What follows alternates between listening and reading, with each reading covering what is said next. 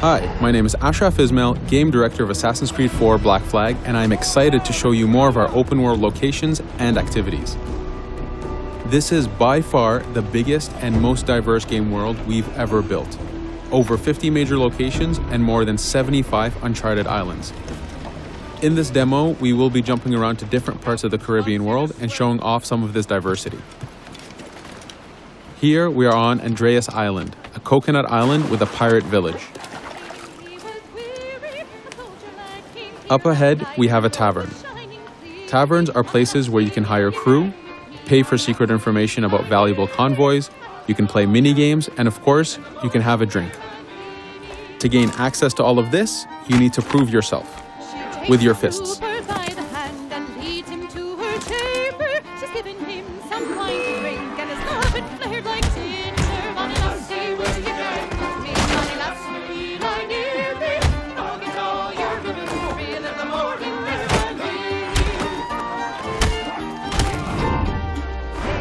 Now that the fight is over, you have access to the tavern and its services.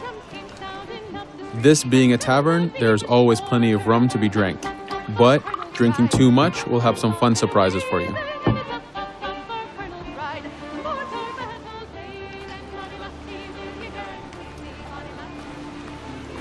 Now let's head to that viewpoint and sync up. Each viewpoint in the game is a small navigation puzzle to reach the top. Synchronizing unfogs the map, showing you nearby collectibles and activities, and it also becomes a fast travel point so that you can quickly get back here. The world is massive. We needed to make it comfortable and easy for you to get to where you want.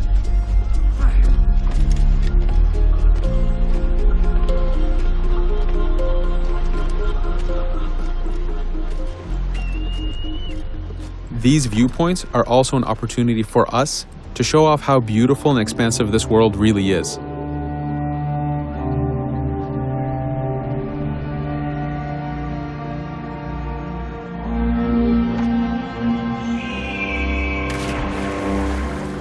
Now we're heading to another important location, underwater shipwrecks.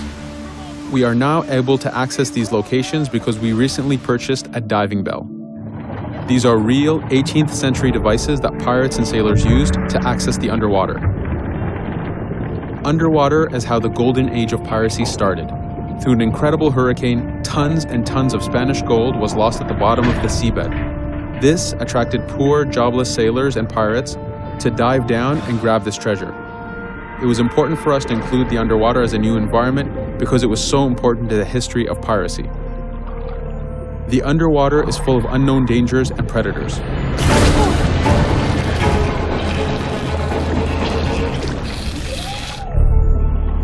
You do have to pay attention and act quick, but the risk is worth the prize as you need a lot of money to get all the upgrades for your ship, the Jackdaw.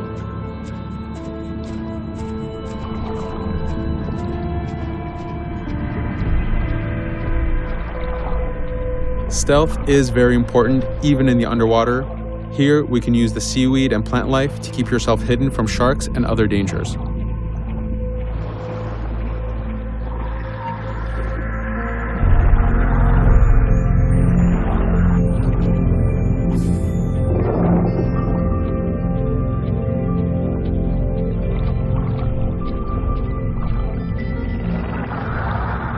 This is an air barrel. It's a one-time air refill, so use them wisely. Of course, you can always go back to the diving bell to refill. We are going to move to a different location now. This is a smuggler cave. This one happened to be accessed from the underwater, but not all of them are.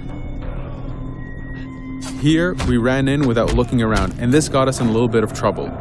But it was only 2 guys and we took one by surprise, so not too bad. Caves are heavy stealth locations. Stealth is key in this game. We've put a lot of effort in to make it a valuable and exciting gameplay for players. Since we came from the underwater, Edward does not have his weapons or guns. You will have to use your stealth tools to get through this. Here, we will utilize the whistle to take out the brute.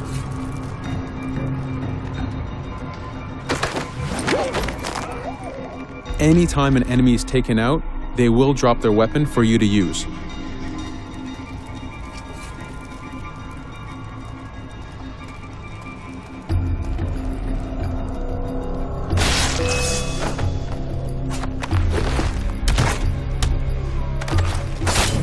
Again, we are taking these guys by surprise and using their own weapons against them.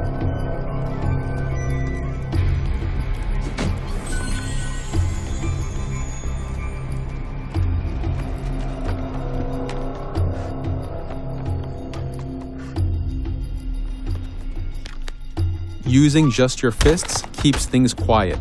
This allows you to take advantage over the second guard.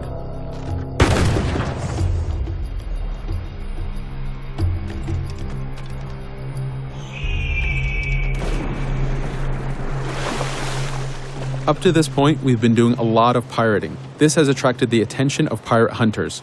This is fed back to you with the clashing swords above the health bar. This is a first level hunter after us. You can push the wanted system to reach level 4, where you have a fleet of intense aggressive hunters after you. The horn you heard indicates that this is a charger type ship. This ship is all about getting close and ramming. Each ship type has a unique sound associated to it, the scariest being the war drums of a man of war. Your first mate, Adewale, is always giving you helpful advice and feedback. The chain shot is a stun weapon. Hitting ships slows them down. Great for stopping a charger's attack.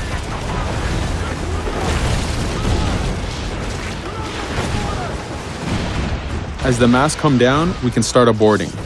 We need to take out 10 crew members to win the boarding. Of course, we can do it any way we want. In this case, since this is a smaller ship, the swivel gun is very efficient.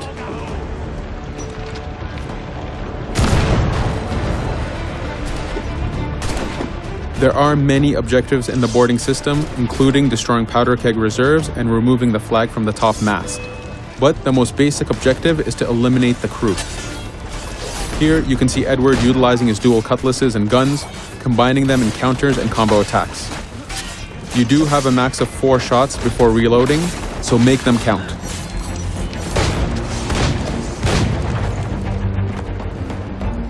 Plundering a hunter allows you to send a very powerful ship to your fleet. They are also a good way to gain ammo for the Jackdaw. In this case, we will use this opportunity to lower our wanted level.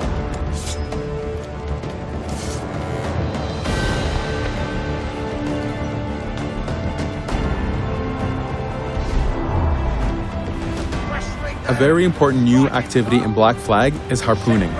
Historically, pirates harpooned as a source of income. Ready the whaleboat, lads.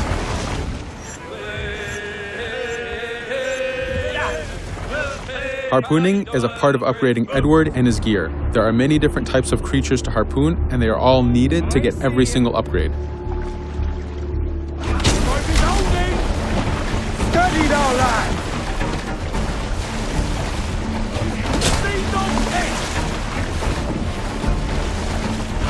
Success!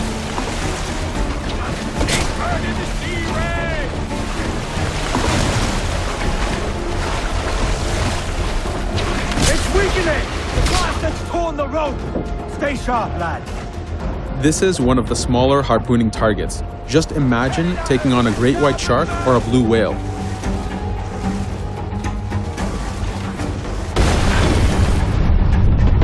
This one's dangerous! The harpooning activity itself has upgrades, and you will need them to take on the bigger targets.